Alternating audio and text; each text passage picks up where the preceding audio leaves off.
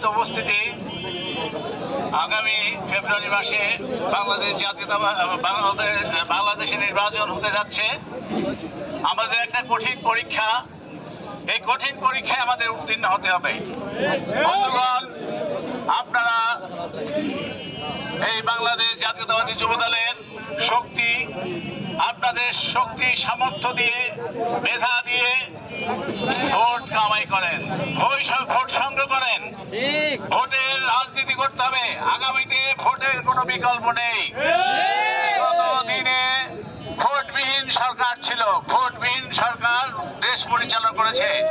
আমরা ভোটবিহীন সরকার হতে চাই না। আমরা ভোট দিয়ে বাংলাদেশ জাতীয়তাবাদী দলের প্রার্থীকে বিজয়ী করতে চাই। আগামীতে তারেক রহমানের নেতৃত্বে এই বাংলাদেশ একটা মানবিক বাংলাদেশ হিসেবে বিশ্বের দরবারে প্রতিষ্ঠিত করতে চাই।